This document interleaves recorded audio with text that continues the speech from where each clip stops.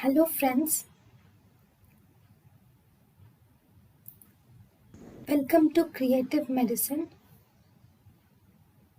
In this lecture, we will learn about Then, what are the antithyroid drugs which are not used clinically? Antithyroid drugs not used clinically are thiocyanate, perchlorate, or pertechnate. Are not used clinically. Lithium, actually, among them, lithium also causes. Actually, lithium also inhibits the release of thyroid hormones.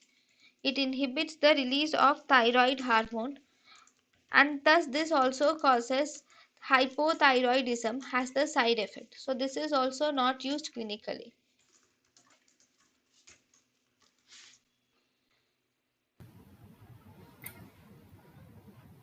thank you and thank you for watching.